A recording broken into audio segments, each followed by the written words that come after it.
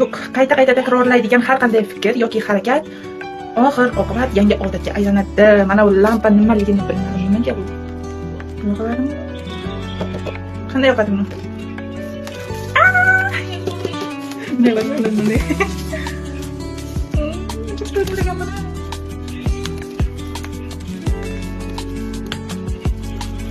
Burada tayyorlagan odamdan uzr so'rayman. Men mashaqqat bilan buni o'raganligim men afsuski shunaqangi. Men o'tgan safar olaman deb qo'ygan kitobim o'z oyoqlari bilan menga iya. Afsuski matematika. Fikrlashni o'zgartir, hayoting o'zgaradi, tirilish. Tadam. Rahmat, tavsiya.